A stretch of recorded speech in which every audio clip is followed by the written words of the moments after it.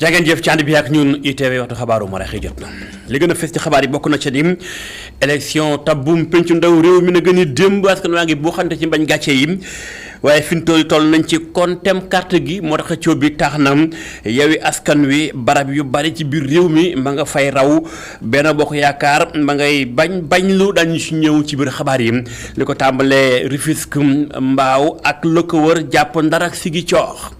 doon ci bokk itam lu soxal bitim réew foofa itam gis na ay résultat mi ngi tàmbalee wàcc Benno Bokk Yaakaar ñoom dañ leen daal di raw ba fii waa Yewwi dañu si ñëw tam ci biir xabaar yi ak sunu correspondant Abdou Latif Diop. GRADEC di ab kuréel buy saytu mbirum élection ñoom itam def na ab natt la ñu wax mooy élection yi ci wàllum organisation tegu na ci yoon téer boo jël juróom-ñaar fukk bu baax na daañu ci ñëw ak ndaje mañ ci woote woon ci loolu itam sénégalais yi wataa kon ni seen kàddu jib na ci wàllu guddi mel natt nañu xaymayet ni wat bi doxe ci biir réew mi daañu ci ànd ak gëstub Amadou Bari niskis faram fàcce gi.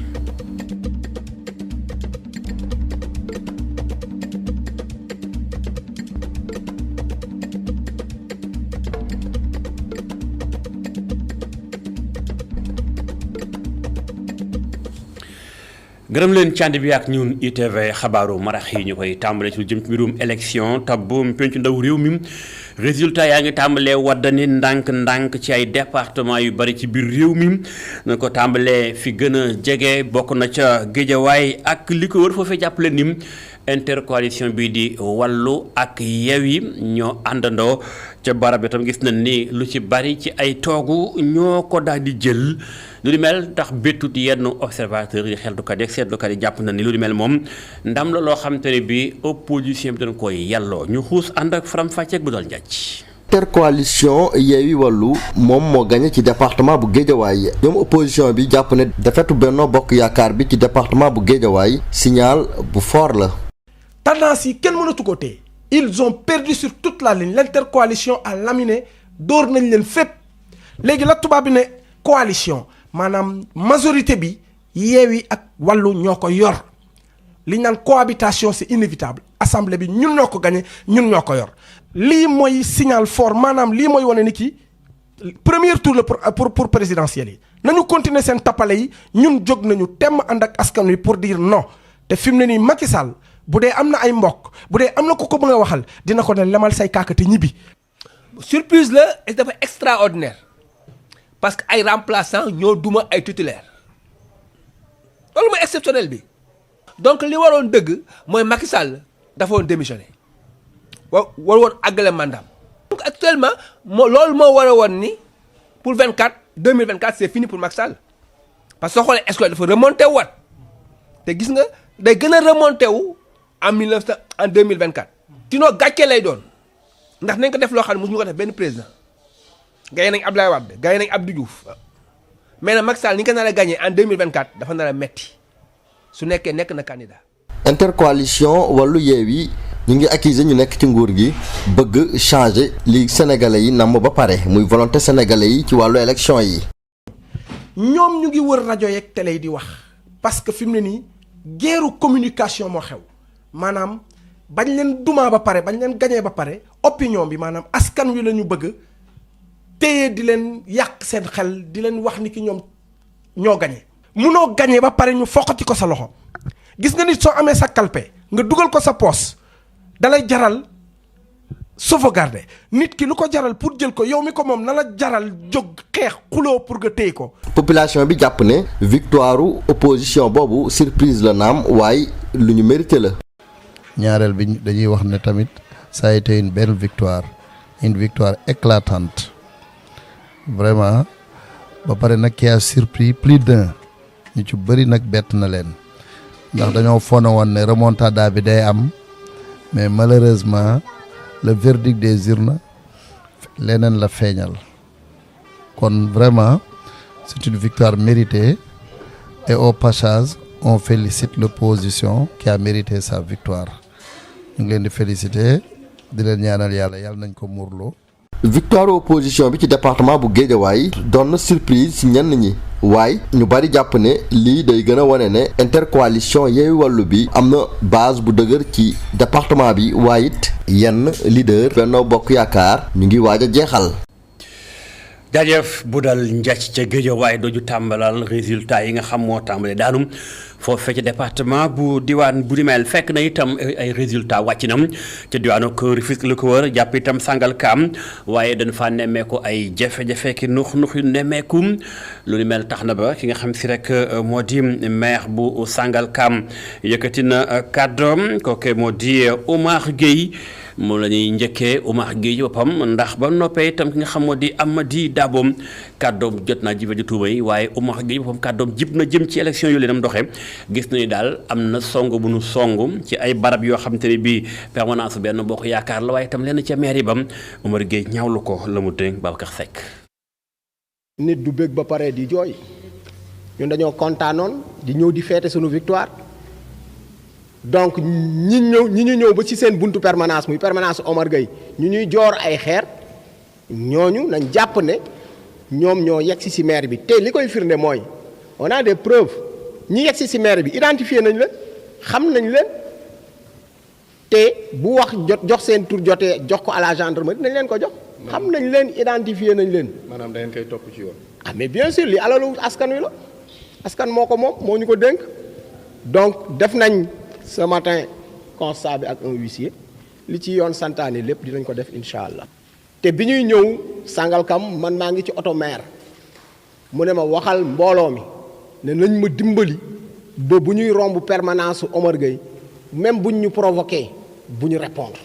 nañu dem ci jàmm ba yegg noflaay wàññeeku ci jàmm ñun suñu kudd jàmm la ràcc yàlla dogal bi ñu ñëwee ba yegg ci permanence bi mu am ñu ñëw nañu chauffeur ne maire bu ñu avancé parce que am na ñu nekk ci kaw permanence bi di ñu joor ay xeer te liñ fa jot ci ay xeer démb ku am xel di nga njortu ne luñ fa dajale woon la parce que nit mënul wàcc ci suuf for xeer yéeg ci kaw permanence bi ba pare di sànni dañ ko fa dajale di ñu xaar. ok moo doon représentant ki nga xam moo di kon rek bàngaas bi yore meerub Sangalkam lu ni mel tax na ba ku ko doon addu di Amady Dabo yore communication meeru Sangalkam ci loolu tamit jàpp leen ni Oumar Gueye kàddoom jot naa jëm ci wàllu guddi mel moom mi nga xam daal moom lañ tuumaal weddi na tuuma yi jàpp ni amul benn yoon boo xamante ni bi ay ndawam dañuy jël ay xel ci aju waaye yàqu gi tamit lu am la Oumar Gueye ak Babacar Seck. jékki-jékki rek bum loo xam ni un bruit assourdissant ma ni waaye lu xew ñu ne ma dañuy attaqué nañu permanence bi sànni ay xeer ñu dégg xeer yi di jol yi di dal lu la ñu def ci yàlla ñu defal sutura vous le dis parce que toj nañu kii ba dugg ci biir en masse bay waaje yéeg escalier yi fekk ñu ci kaw bu ñu fekkoon ci kaw day musiba dina am sama agent de sécurité qui est un officiel un agent assermenté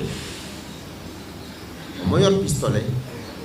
def tirer des coups de semence maanaam ci kaw bi ñu ko déggee lañu daw reculer mais dañu reculer songaat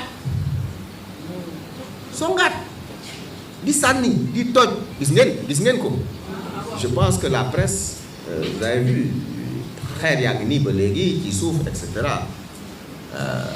j'avais laissé ça pour les besoins du constat d'huissier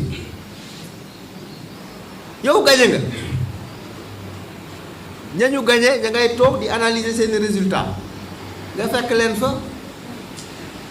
romb ak beaucoup de monde sànni ay xeer pour toj permanence loolu jaaduwul. Oumar Gueye ak Babacar Seck xabaar yi wooyu jógee Rufisque Rousse jëm daanuk Louga fekk fa suñu correspondant Seydou Diallo foofe résultat yi mi ngi tàmbalee wadd ci côté département bi donte ba guddi biig yawi rawoon na ci gox yu bari waaye ci bëccëg geeg suba gi teel résultat yi wàccat tax na ba benn bokk yaakaar mel ni ko wàngarti mbir yi ñu ànd ak Faram Facceek Seydou Diallo correspondance. résultat provisoire si lu jëm si wàllum élection législative yi daal nañu yemb si département bu Louga si yooyu les résultats nag daal nañ ci enregistré lu toll 185 600 électeurs 93 679 ñoom ñoo daal di voté 414 bulletins nuls lañ ci nemmeeku 93 265 voix ñoom ñooy ñi nga xamante ni daal nañu wëññi seeni xob te mu baax si loolu nag la grande coalition bokk ci gis-gis liggéey am na ci juróom benn téeméer ak juróom fukk ak juróom coalition naataangi askan wi am ci junni ak ñaar fukk ak juróom benn coalition alternative pour une assemblée de rupture am ci junni ak téeméer ak ñeent fukk ak juróom coalition Benno Bokk Yaakaar daal di enregistré lu tollook ñeent fukk ak ñaari junni yu teg juróomi téeméer ak fukk ak ñett ci ay voix coalition buntu bi daal di am ñaari junni ak juróom benn téeméer ak juróom benn fukk ak juróom ñeent coalition les serviteurs am 987 voix grande coalition wàllu Sénégal am ñaari junni ak juróom-ñeenti téeméer ak juróom benn fukk ak juróom ñett la coalition Yewwi Askan Wi daal di retrouvé wu ci 41 302 voix. jaajëf Seykou Diallo ca Louga ñu jàll diwaanu Ziguinchor fee tam fekk fa sunu correspondant Assane Ba moom ak Daouda Samb topp nañu li nga xam élection yi ba résultat yi département daal dinay wàcc région bu Ziguinchor ñetti département ya fa nekk yépp ñu am juróomi député noone la ko it ñii di waa Yewwi Askan Wi ak Wallu daal di jël lu di mel ci kanamu Benno Bokk Yaakaar correspondance.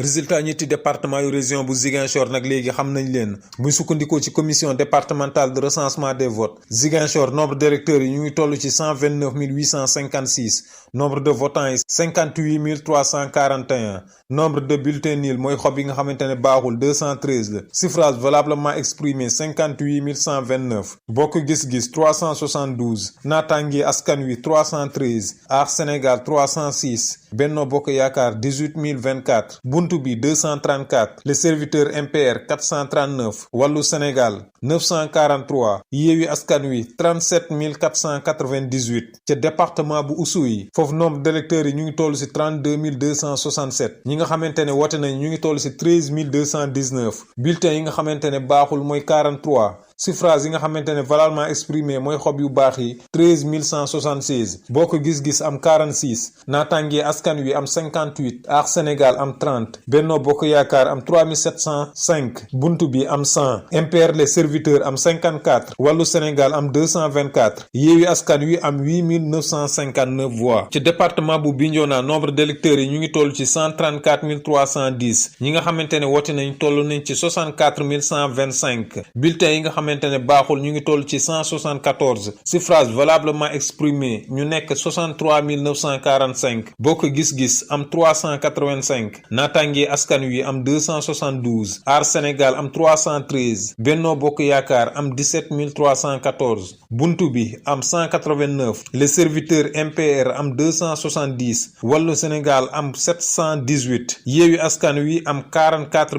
484 voix donc coalition Yewwi Askan Wi moo jël réew gàddu gi ci ñetti département yi nga xamante ne ñoo nekk ci région bu Ziguinchor jël juróomi sièges yi nga xamante ne ñoom lañ tegoon en jeu. jaajëf Assane Ba diwaanu Ziguinchor ñooy wàcc jëm Ndar fekk fa sunu correspondant di Momar Alice ñaa fay itam jàppale ni ngelawul Yewwi moo fay uppum ca diwaanu ga daanaka sax la waa Yewwi rawe Benno mat na fukki junnim ci ay baat correspondance. résultat élection législative yi am na ay tendance yoo xamante ni commencé na génn mais li ñu mën a jàpp rek fii ci Ndar mooy tendance yi li mu biral daal moo di que ni Yewwi Askan Wi dafa mel na ñoo gagné looloo waral sax seen tête de liste départementale muy Abba Mbaye naka big ci guddi ànd naag ndaw Ndar yi jubilé fêté ci artère dëkk bi yëpp ca beneen pàcc ba waa coalition Benno Bokk Yaakaar ñoom nag dañuy waroon jàkkaarloo ak way taskatu xibaar yi waaye nag bi ñu demee ba ci biir ci guddi gi dañu daal di reporté ndaje loolu lu ci mënta am te des moo di résultat yi li mu joxe moo di que ni kat bokk gis-gis am na lu toll 414 voix naataange askan wi am 489 voix alternative Aar Sénégal am 696 voix Benno Bokk Yaakaar am 34 472 voix buntu bi am 361 voix les serviteurs MPR am 1413 voix ñi nga xamante ni ñoo di waa Wallu Sénégal am 2836 voix waa Yewwi Askan Wi nag am lu tolloog 45 447 voix mais nag nañu jàpp ni Yewwi Askan Wi gagné na commune bu Saint-Louis gagné également commune bu Ndiébène Gandiol waaye ci biir département bi yeneen bërëb yi waa coalition Benno Bokk Yaakaar ñoom ñoo ko gagné loolu la ñu nemmiku ca Paal nga xamante ni Benno am na fa 1630 Yewwi am fa 1429 ca Fass Ngom également Benno Bokk Yaakaar am na fa 2121 voix Yewwi am fa 1240 voix ca Gandon Benno Bokk Yaakaar am fa 6238 voix waa Yewwi am fa 5944 voix donc daal fi mu nekk nii loolu la ñu mën a jàppagum ci résultat yi di xaar ba xam ndax tribunal départemental dana ko biral am déet. Momar Alice Niang rédaction bu ITV dana ko topp ca ndam gën a yaatoo ngir jox leen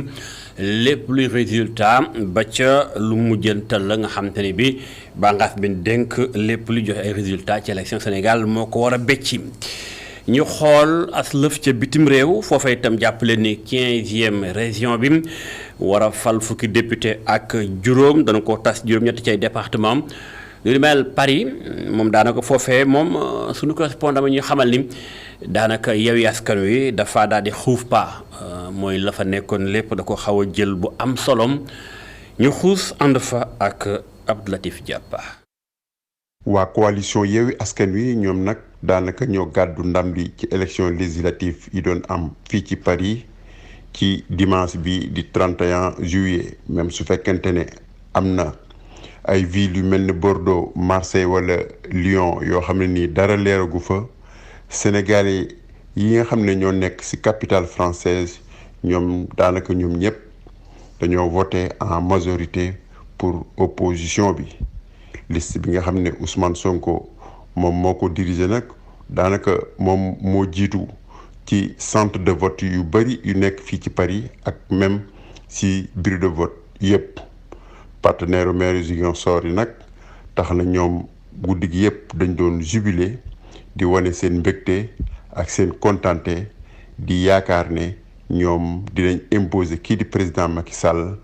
ab dëkkandoo ab liggéeyandoo maanaam cohabitation ci assemblée nationale wala ci même ci gouvernement bi nga xam ne Macky Sall war na koo former ci fan yu néew même su fekkente ne dara leeragul pour gagner juróom-benni sièges yi nga xam ne moom lañ jagleel Europe daanaka mën nañoo wax ne opposition bi am nañ ci yaakaar ndax am na ay réew yoo xam ne nii xëy na joxeeguñ seen verdict yu demee ni que Belgique Espagne ak Allemagne nga xam ne ñi ngi résister toujours ci phénomène Sonko. jaajëf Abdoul Latif Diop ca Paris résultat yéen itam ñu ngi koy toppandi muy États-Unis d'Amérique ba fii ñu nga ca kontem carte gam li nu jotagun ci ay résultats xayma négandikoo gun la ci xayma rek téeméer boo jël Yewwi am na juróom-ñaar fukk ba ak ñeent Benno Bokk Yaakaar topp ca ak fukk ak juróom-ñett bu tombal ñaar ci ay poñ dañu toppal incha allah wàllu guddi mel ndax ñu ngi jokkoo ba fii ak représentant wu SEDAM ca États-Unis d'Amérique. xabaar yi wéy ak lu soxal natt ak élection législative pencum ndaw réewum Sénégal jàppale ni ginnaaw wot gi am ci réewum Sénégal ak ca bitim réew doomi réew mi tamit def na ab natt gi itam yaatu na lool bokk na ca ñii di waa GRADEC kuréel la gu ëmb ay expert électoral na société civile bi ñoom gis na ni mbirum élection yi macha allah tegu na ci yoon te boo jël juróom-ñaar fukk ba ak ñaar ci ay poñ yoo xam kon lépp tegu na ci yoon ñu leeral xuus ca ak gëstu mam seen bu bàbbu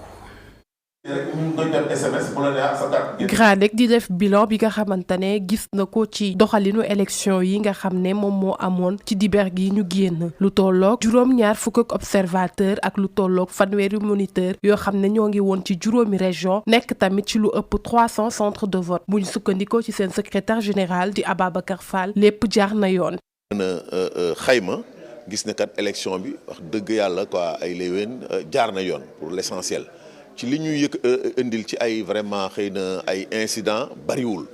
et li ñu gën a sant yàlla mooy le fait que élection yi am ci jàmm déjà ak ci dal parce que ñu bëri jàppoon nañ ne xëy na dinañu dem ci ay jafe-jafe dinañ dem ci ay jàmmaarloo. ñu gis parti politique yi ku nekk di proclamer résultat yu la neex GRADEC di leen woo ci dal te ñu bàyyi ñi nga xamante ne ñoo ko war a def ñu jox ñu résultat yi wóor. loolu moo tax ñu ñaan tey ñi nga xam ne ñu ngi commencé di proclamer ay résultats ak yooyu yëpp ñu dal. vraiment ba ñi nga xam ne ñoo war a àddu donc ñu àddu.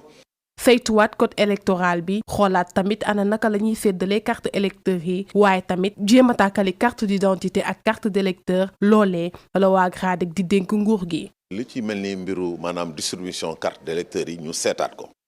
fexe ba tey li nga xam ne am nañ ko ci ay wàllu xarala li ñuy wax nouvelle technologie pour que nit ñi ku ci sa carte génn rek nga jot message boo xam ne dina la wane sa carte génn na nga dem jëli ko. ñaareel ba jàpp nañ ne aussi mbiru carte yi niñ ko lëkkalee dañuy yaan ne mënoon nañ ko tey séparer. ci ëpp aussi lu am gën a am solo pour état bi mooy code électoral bi ñu fexe ba waxtaane ko. parti politique yi nag ñoo ngi leen di woo ngir ñu gën a ñaax seen adhérents yi gën leen tàggat ci lépp lu jëm ci wàllu loi électorale ngir problème mu liste yi nga xamante ne gisoon nañ ko ci élection yi dootul amati. maam Seyna bu baabu jaajëf ginnaaw GRADEC bi natt wate yeeg na mu doxee ñi itam di wataa kon yi doomu réew mi ñoom itam natt na élection yi ñu bari ci ñoom ni waaw ni mu doxee moom ba fii ak dal lañ ci nemmeeku ci itam côté organisation ni mbir yi demee lu ci bari jaax na yoon gëstu Amadou Bari. ginnaaw ñetti ay bis yu am solo ci langue politique bi sénégalais yi ñoo ngi woon ginnaaw sànni carte yi delloowaat seen bërëb liggéeykaay lu nu mel nag la ñuy gis ci VDN bi ginnaaw bu mu wootee ba noppi ci dimanche bi waa ji dëkk Sacré-Cœur bëgg jàll léegi ci leneen. léegi li des mooy dellu ca liggéey ba dem liggéey bañ a nekk di discuter di xuloo ko xeex ak yooyu amul benn njëriñ nañu dem liggéey nañu dem liggéey on reprend le travail dans le sérieux kenn ku nekk ka nga faral yow yaa ko xam boo liggéeyee bañ a nekk ay affaire discuter ay affaire politique politicienne yooyu. muy rafetlu nu woot bi demee waa ji di yëngu ci secteur informel bi fësal moom Yewwi Askan Wi la faral muy woote coppite ci assemblée bi. li may xaarandi mooy bu ñu faloo ñu doxal dëgg quoi jox ku nekk sa àq yemale ñëpp boole ci ak ragal yàlla assemblée nationale nañ fa nekkee ragal yàlla te xam ne ñoom ñëpp dañuy dee bu yawmal qiyaama yàlla dañuy àtte. ci fukk ak ñeenteel législature bi mi ngi xaarandi ay jëf yu am fayda amal njëriñ askan wi. ak wàññil askan wi coono bi ñu nekkee mbind bi dafa cher danoo ak borom njaboot lañu yëf yi dafa cher trop te danoo bëgg a yar suñu njaboot ci diine ak àdduna juri tax lu bon ñu jëlee ko fi ay affaires yi ngóor jigéen ak yooyu yëpp Sénégal fii Sénégal la dëkkab Cheikh Amadou Bamba ak Alaaji Malick. ci kanam tuuti ci VDN bi ba tey ci quartier Mermoz ndaw si yore pañeem di dem duggi pour moom nag sénégalais yi message bu fort lañ envoyé classe politique bi des na nag ndax dinañ ko jàngat am déet. message fort la war na xam ne dëkk bi léegi sonn nañu dañ ne woon sonnuñu mais dañu sonn te dañu soxla changement bëgg ñu toogal fee ci assemblée du ñu xeexal loolu président bi dina xam ne peuple am mere nañu ko. man dama ci kontaan trop franchement kontaan naa trop waaw parce que changé nañu wan nañ ko ne ñun kenn moomuñu kenn duñu jënd ñu ragaloon ay tension ci yile jongante élection yi daal di jaar ci yoon sénégalais yi daal di woote ci jàmm di xaarandi nag ci waxtu bi publication résultat définitif yi. jaajëf Amadou Bari jàngat yeen jëm ci mbirum wate yi cëppaandaw ngeeg résultat yi nga xam boo ko boolee rawatina mbirum opposition bi ni mu xuuse bu baax teg tànk bu dëgër ci pencu ndaw réew moom ndax xam waa nguur gi di waa Benno Bokk Yaakaar dañoo càqiwul càq wi leen askanu caxoon tabum pencum li nga xam élection locale yi passé maanaam ñàkk décrypter le message gis-gis la bopp Pape Diogoy Faye jàngat na ko moom mi jiite xeetu yéenekaay bi ni wooye Direct News ma ngay faram-fàcce mu nekkoon ganu kenn waa askan wi ak Serigne Malick Cissé. xam nga sénégalais yi mënuñoo comprendre le comportement du président Macky Sall yow dañ la fal sénégalais yi ñoo la jox pouvoir nga ne woon 2 mandats ngay def ñu dem a dem ba mujj gi nga naan dinaa ci wax waaye donc leeratul ci bopp sénégalais yi donc sénégalais yi aussi